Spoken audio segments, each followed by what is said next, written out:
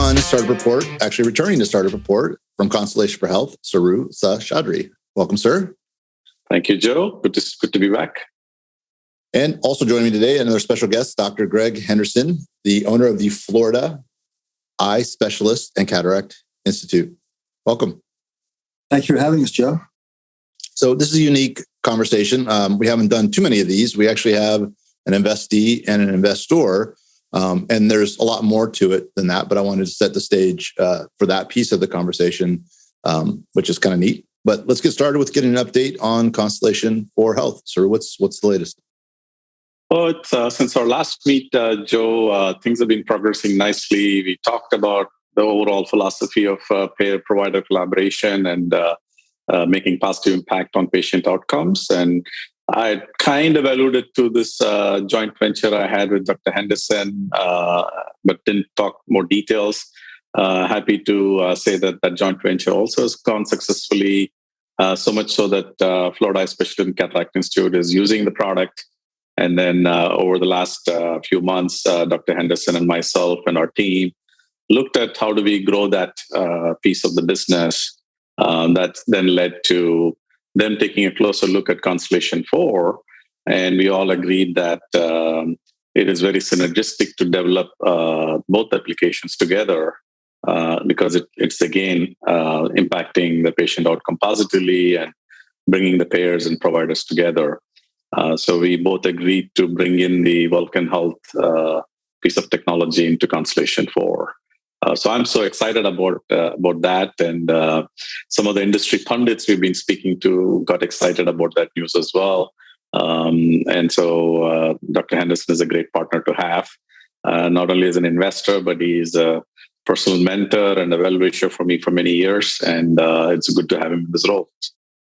Well, thank you, Saru. It's been fun. It's interesting, Joe, the kind of evolution of our interest in joint projects between Vulcan, and which is a referral management system that we're developing, and C4, which is certainly a more comprehensive interface between payers and some of the other participants in the healthcare platform system, is fascinating. Most of us in medicine have seen just really a tremendous changes in healthcare really over the last decade or so.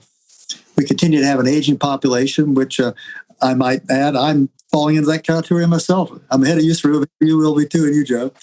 But that aging population, we have more people going into a demographic that really will require more targeted healthcare delivery. Along with these things, everybody's seeing all the expansion of services we have in healthcare now. So treatment modalities have increased. Along with that, you've had increased cost of these many services. Superimposed upon that, at least in ophthalmology, we see kind of a relative attenuation of healthcare providers. You have a lot of guys that say, hey, if I'm tired of this, I'm going to retire, and really don't have enough correction to really kind of attenuate this kind of loss of providers. But it's not a major problem. The main problem we see, though, now since you have increased numbers of healthcare recipients, expanded services and costs, superimposed on a finite number of healthcare dollars, I think everybody's kind of seen the potential here, if unchecked, to have to ration healthcare in the future. But fortunately, we've also seen, really, especially over the last several years, a much-needed paradigm shift in healthcare delivery, with a kind of a shift towards more value-focused healthcare delivery and care coordination. And I think everybody's pushing hard for that. A lot of my great friends who are internists and primary care physicians have embraced this, and well, they should. They're really the ones that have their finger on the pulse of what's happening in medicine. And as a specialist and a surgeon, I've certainly seen the need to coordinate with these guys as well.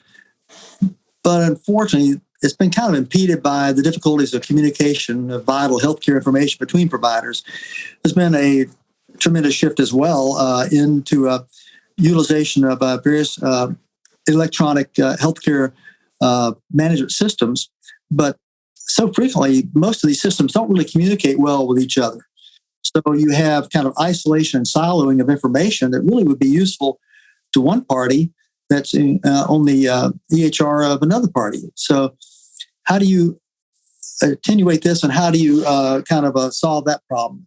Additionally, if you're a primary care doctor, whether you be an optometrist who's referring to an ophthalmologist, or a primary care physician, either an internist or family practitioner referring to an ophthalmologist or an eye care service, how do you ensure that the patient gets the needed care? And there are many examples of really key import issues that are various types of heated topics that are determined to be very important topics that really aren't fulfilled. One of the most visible, I think, in ophthalmology certainly is just routine annual eye exams for patients who have diabetes. The CMS and the national providers have pushed hard for a long time to roll out the knowledge that it's imperative that all diabetics get their eyes checked annually for a number of reasons. Number one, specifically from a diabetic eye disease standpoint, we're able to pick up diabetic eye disease and able to treat it early on and prevent significant visual loss and really have a much healthier patient who has a much more enjoyable lifestyle. But the additional predictive components are significant. People that have diabetic ischemic eye disease with, I won't bore you with all the details, but where you have ischemic disease and you start getting blood vessel formation in the eyes, we treat that. It's very effectively able to treat people and prevent blindness. But along with that, in people who have ischemic disease like that, you have a high incidence of significant renal vascular disease or cardiac disease and risk for strokes and heart attacks and things like that, as well as kidney failure.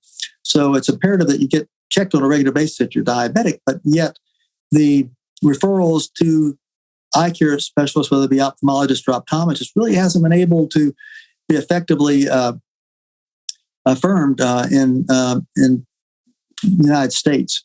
And it's interesting also because of that, from an economic standpoint, many of the primary care doctors have had relative penalties applied to them by their payers who see the need for this. They say, gosh, if you're going to be able to prevent somebody from having kidney failure and requiring dialysis, then let's by all means kind of get them in to see these doctors. But yet the primary care doctor sees the need for it. The specialist, myself as an ophthalmologist, sees a need for it. And ultimately, the patient would see a need for it. But how do you coordinate these things? And there really are no effective methodologies for doing that. So Saru and I became engaged about a year ago in trying to develop a referral management platform that would which facilitate referrals from a primary care doctor. These guys are remarkably busy. And I have a good friend of mine in St. Petersburg with you, Joe, who has a large primary care practice. He has 7 full-time employees who do nothing but manage referrals, not only to ophthalmologists, but other specialists. It's just a huge amount of a drain on the services for these resources for the primary care doctor. But even then, you don't have tremendous efficacy in getting the information over to the doctor, whether it be an ophthalmologist or another specialist, and likewise getting the information back to the primary care doctor. So we've tried to implement a referral management system. I was fortunate to have a friendship with Saru for many years. I have great respect for him as a tremendous entrepreneur and very knowledgeable and very practical minded. And unfortunately, you find a lot of people who have tremendous ideas but aren't able to really pull the trigger and be able to implement them. But Saru is the antithesis for that. He is able to generate the ideas and bring them into fruition. So we partnered up, and the platform we developed, we codenamed Vulcan, which is a great choice of a name by Saru, because it is a tremendous opportunity to have a de novo project that really has an impact. And the motivations, interestingly, are not economic only. Obviously, there's always a underlying economic viability of any project. If you don't make it economically viable, you can't continue to operate it. But our goals have been not only that, but we really want to bring a significant increase in quality of care delivery and have something that has an ongoing legacy that helps medicine in general and all the patients in the United States as well. So we've been able to develop a beta development site already that allows coordination of from a primary care referral source to a specialist referral source. And we're trying to make that more efficient. So we started looking at that and familiar with Saru's accomplishments with C4 and all the great investment he's made there with regard to facilitating service delivery for payers. And we thought, well, gee, it would really be nice if we can try to interface these two arms, which are all integral. It's imperative that to go forward in medicine, we better be efficient in what we're doing, or we're not going to be able to provide good quality care going forward. So by investing, first involving a Vulcan with C4, we've been able to interface the payer arm, and now with the primary referring physician's arm and the specialist arm. I think we've really kind of had a good circle of care that I think will provide great care for the patients, be cost efficient, and be able to enhance the overall health in America. So there's a lot of information there. I'm going to summarize a couple of things. I think first that Saru is great and gets stuff done. I think we'll pull that one out of there. So that's nice. And it sounds like we're tackling a lot of the age-old problems of information exchange and efficiency. In healthcare, you have these bubbles of service, and there's a wall between someone's bubble and someone else's bubble, and those two walls are just a killer of efficiency and information. And the effort is to do the Vulcan mind meld, if I understand the idea correctly, and be able to pass that the information from brain to brain, which is a great aspiration. How far along are you in that process, and how far along were you before you connected it to Constellation's group? Yeah, I'll take that, and you can see Dr. Henderson's passion in this particular area when he started going into the reasons behind it. So Vulcan, we started, like you said, about a year back, and we started developing some of the foundational elements of it. And as you know, Joe, in our previous discussion with Constellation4, we're a technology-enabled, data-enabled platform. We use Salesforce Health Cloud as one of the key components of our delivery of our capabilities. So we chose Salesforce Health Cloud as the platform for Vulcan as well. And we developed this technology. We looked at the Florida Eye Specialist and Cataract Institute needs and the pain points, and how can we change this conversation, at least from the ophthalmology practice first. So we deployed our first version in production in January of this year, and it's been successfully used and by the folks at Florida Eye Specialist and Cataract Institute. We call them FESCI in short. So FESCI has been using it for 6 months plus now. And Salesforce has also taken a look at the technology that we have developed. So now we are ready to go and expand the market, and we've started putting together our go-to-market strategy. The key components that we have developed, and what Dr. Henderson didn't go into, is the business aspects and the economic aspects of how a FESCI type of practice runs as well. They have to invest quite a bit in building the relationships with the primary care physicians and the optometrists to send the referrals their way. And that's all almost relationship management. And in the traditional sense, if you look at it, it's CRM, because those are the B2B lead generation sources for you as a business if you're running an ophthalmology practice.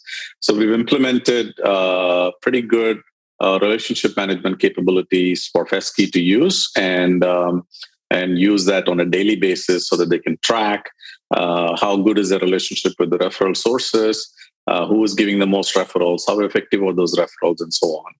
And then automate the processes that are traditionally in faxes and Google Sheets and things like that inside FESCI using the Salesforce Health Cloud platform. And this system has been now deployed. So there's now a common system to view all the referrals in one place across all the different, what I call them as personas inside the ophthalmology practice.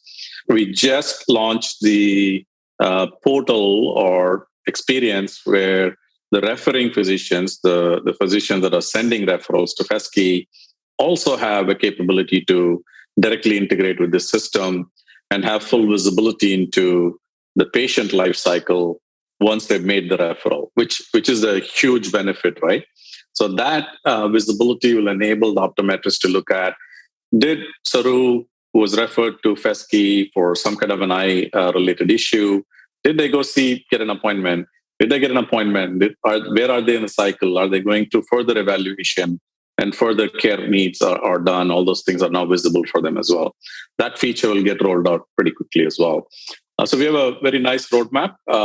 We've also taken a lot of input from the optometry industry and practitioners there are advisors to us, and primary care physicians also we've taken a look at, and they're also providing input. So it's beyond just a PowerPoint and back of the napkin between myself and Dr. Henderson. It's deployed and ready for general availability to other FESCI-like entities. Our focus is initially to work on ophthalmology practices, and as Dr. Henderson mentioned, there's nothing stopping us from going to other specialties. Sure.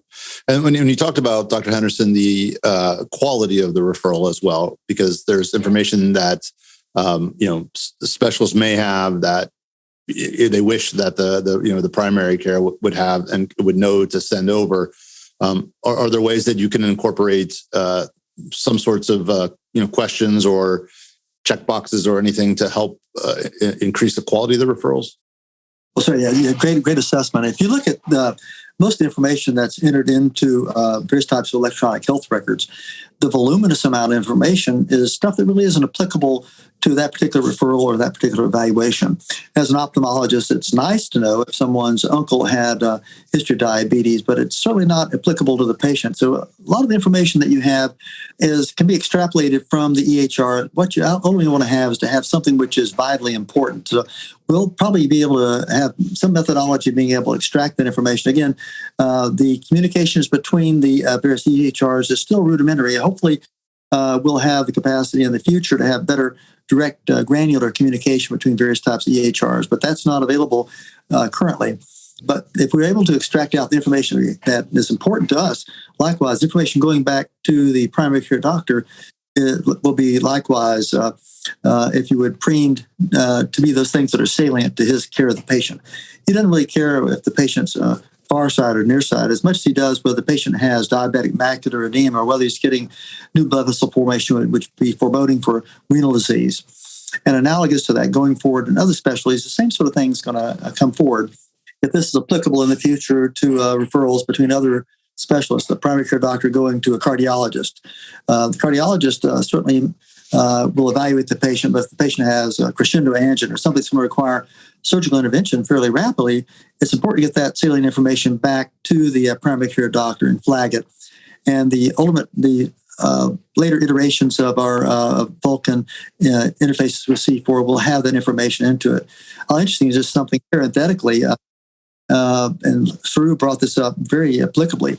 The ultimate information, it's difficult in the systems that we have now to get historically a lot of good information as far as who patients have seen in the past, what information has been available. If you're a primary care doctor or a specialist, I'm not sure exactly, unless the patient's able to remember and tell us, a lot of times the patients can't, who have they seen in the past as far as their internist? Who have they seen in the past as far as their ophthalmologist, other than myself and their referring doctor? But if you go back to the payers and look at their information, since everything is integrally related to the patients being seen by primary care doctors and billing the payers in the past, you'll have that information available. Likewise, you should be able to extrapolate information from the payer database, whether the patient has diabetes, whether they've had a history of coronary artery disease, history of cancer involving the GI tract. And that kind of information can be really useful to the ultimate specialist, what Saru is labeled R2, the referee specialist. So hopefully the ultimate system that we develop will have the capacity to cut out a lot of stuff that we really don't need to waste our time looking at and be able to import information that may not be available specifically to the primary care doctor nor the specialist that's receiving the referral, and perhaps try to interface that with the payer. Again, it all comes back to the ability to provide great, quality-focused, efficient healthcare delivery. And if it's a partnership between all the primary care docs and the specialists, but also the payers, we need to figure out some way to do this well in this country. Otherwise, we're going to be in dire straits in the future. And I think that Saru has the capacity to bring this to fruition. Yeah. And in your first warning, in the first response you gave about potentially even having to ration healthcare because of the shortage of ophthalmologists, I think you mentioned specifically. So it seems like if efficiency may be not just a nicety, but a must-have. Well, I look at that's a great assessment, Joe. I look at what's going on now. Each of us as physicians and as consumers, myself being in both, wearing both hats, look at the extraordinary cost of healthcare delivery in America. And if you have a finite number of healthcare dollars, we better be efficient in what we're doing in order to provide the highest quality care to everyone and receive that as well. So I think having the ability to look at these things from a logistical standpoint and be focused on value-based care in the future going forward with good analytics is imperative. And I think what Saru's efforts are going to be really wonderful in this regard. Just to add to that from a technology perspective, Joe, definitely technologically it's possible. In the past, it's been the collaboration and the lack of systemic will to make these things happen. So I think now that the will is there based on the value-based care models that are emerging and the physicians' awareness that the current models are not sustainable as well. So I think we can make that happen. Just to touch on one of the key topics on data integration, when we polled the physicians on what they would like as features for these things, one of the key things they said was make it as simple as possible to get the appointment made for the patient at the point of care with the specialist, so that we don't have to just give them a piece of paper and that sits in the car and never translates to an appointment with the specialist, right? So we focused on the simplicity for the referring physicians to get these appointments done. And then in the back end, work the technological things to make the data exchange seamless, right? So that's where we want to make sure that the desire to have a very complicated, sophisticated data exchange system doesn't impede the workflow of the optometrist and the primary care, who, if they can affect appointment with a specialist at the point of care, then I think we can drive a patient behavior to go see the specialist and get the follow-up care that they need done as well. Sure. So that's another aspect of the whole technology design that we're doing. So. And that always brings us full circle to adoption, right? Which is the challenge. And we have such a concreted in hodgepodge of systems that, to Dr. Henderson's point, it's the pain of staying still has to exceed the pain of change before people will change. And it sounds like we're nearing that point. And it also makes a lot of sense that the place where ubiquity starts is at the payer side, right? So why not push through there? If we put our startup hat on, can you talk a little bit about how you came at the partnership, and why you chose to make it a separate brand versus just augmenting the Constellation brand into more of a super platform type of thing? So initially, it started off again as a small seed. I just happened to visit Dr. Henderson for some other reason, and then this germinated. And then we both said, let's kind of pilot this and see whether it's a viable model or not. So at that time, I was already deep into Constellation4 and growing that. But nevertheless, this seemed like an idea that needs to germinate further. So that's why we said, okay, let's keep it simple. Let's keep it as a separate project. Let's get something going. And I was able to get a separate team working on it because we didn't know what the sales model would be. We didn't want to go through the whole startup process. But Dr. Henderson and I known each other for so long, we just said, okay, let's put some seed money into this new venture. And so we just created a joint venture with a little bit of a seed money from both of us, had a product team, and worked on FESCI specific requirements. Then we got it into, okay, it seems viable. When we start talking to the ecosystem people, the optometrists and the ophthalmology circles and the primary care circles, they said, hey, you're onto something. Why don't you take it forward? So that's then led to, okay, there's now viable. FESCI is using it. We're getting good feedback. What do we do next? That's when we start taking a closer look at the roadmap for Constellation4 as well. And Dr. Henderson has been listening to my Constellation4 story for many moons now. And the things that I'm talking about of payer-provider relationship, how do we bring the payers and providers closer together? And I presented some of the data points. For example, 50% of the referrals do not result in an appointment, right? That's a profound statistic, right? And then there's some gory details behind that. There are a number of deaths that get associated with it. number of chronic illnesses that go undiagnosed, and then patient behavior and patient adoption become a problem. Now, having worked with the payers, I know the amount of dollars they spend on driving patient engagement. Dr. Henderson mentioned diabetes and retinal screening. Medicare plans spend a lot of money to have a significant percentage of their population to get diabetic retinopathy screening every year. Because if they don't meet a certain threshold, they don't become eligible for CMS star rating. And if they don't achieve 5-star rating, that's a significant dollar impact for them. So there's also economic sense behind it, not only the patient outcome things. So when I presented the roadmap for Constellation4 and that we are starting to look at external investors and things like that, Dr. Henderson said, hey, why don't I invest in this? Why don't you give us, the family office, an opportunity to invest? The Vulcan project is now a viable project. We have proven that ourselves. You're building the technology and the architecture the same way. At the end of the day, it's not just about automation of this process, because the data that we're collecting and the data analytics that we're doing, kind of the previous discussion you and I have had, Joe, the data unlocking actionable insights is where we want to take this, both from a physician perspective, as well as a technologist and a business entrepreneur perspective. So then we sat down and looked at how can we grow Vulcan if it was done separately, what will it cost us, and then what are the synergies between growing it within Constellation4 and bringing the entire technology footprint together and the data footprint together, and all the assets that Constellation4 can give to Vulcan to accelerate Vulcan's growth, because we've built a tremendous amount of assets in Constellation4. So it all made sense. And then as an entrepreneur, you and I know this, we've talked offline on this topic many times. You want to have highly synergistic investors, right?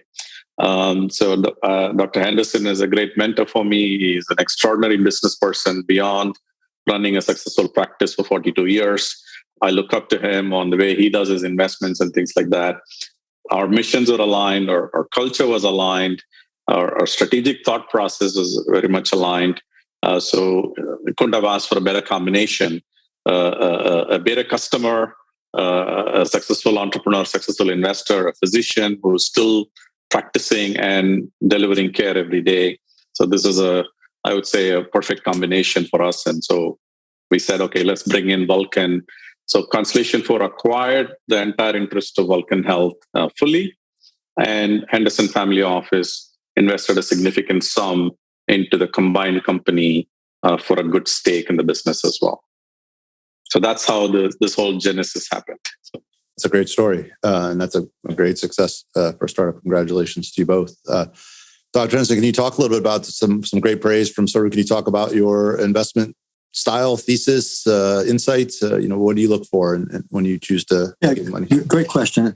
I tell you, like many investors, I always look at things from an analytical standpoint and look at the basis of it. So much of investment nowadays, if you're not cautious, you'll end up buying the proverbial buy the sizzle rather than buying the steak.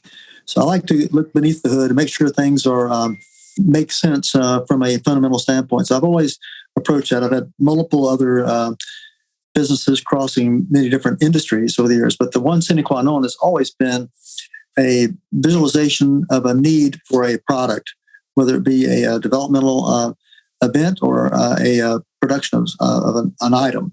So once you've established a need for a product, how do you achieve the culmination of producing that product in the most efficient way? And that's been true of every investment I've ever made. This is unique in that some of my investments in the past have been aligned with medicine.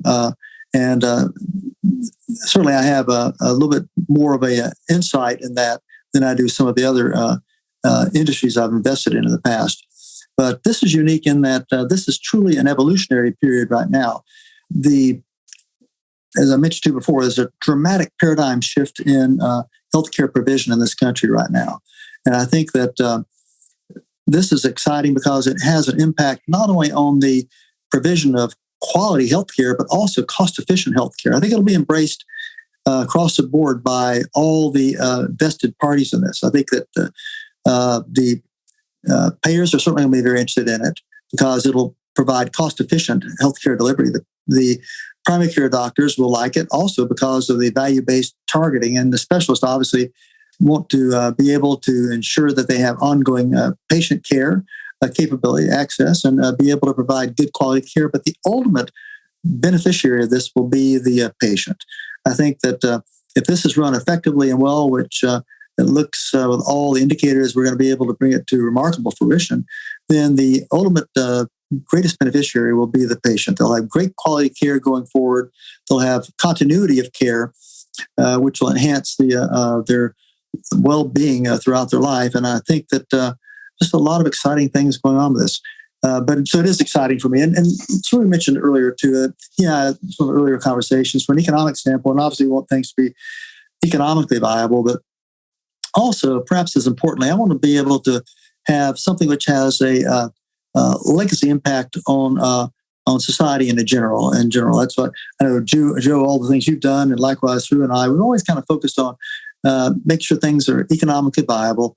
But you want to have something which really benefits everyone. This is one of those opportunities where really it is truly everyone wins proposition. This is not a zero-sum enterprise. This is something which will really be accretive to everybody. So that's probably the most exciting thing of all. I think this has the potential to be a tremendous game changer for the provision of healthcare in America. That's fantastic. It's always a beautiful thing when powerful people and powerful brains come together to make a powerful impact, and we have that happening here. It's a cool thing to see, and I appreciate you sharing the journey thus far, and we'll look forward to following along and perhaps catching up again in the not too distant future when the whole world is using Vulcan and Constellation4. Thank you, Joe. Thank you very much. All right, Dr. Henderson, Saru Seshadri, good to catch up. Thanks for joining me.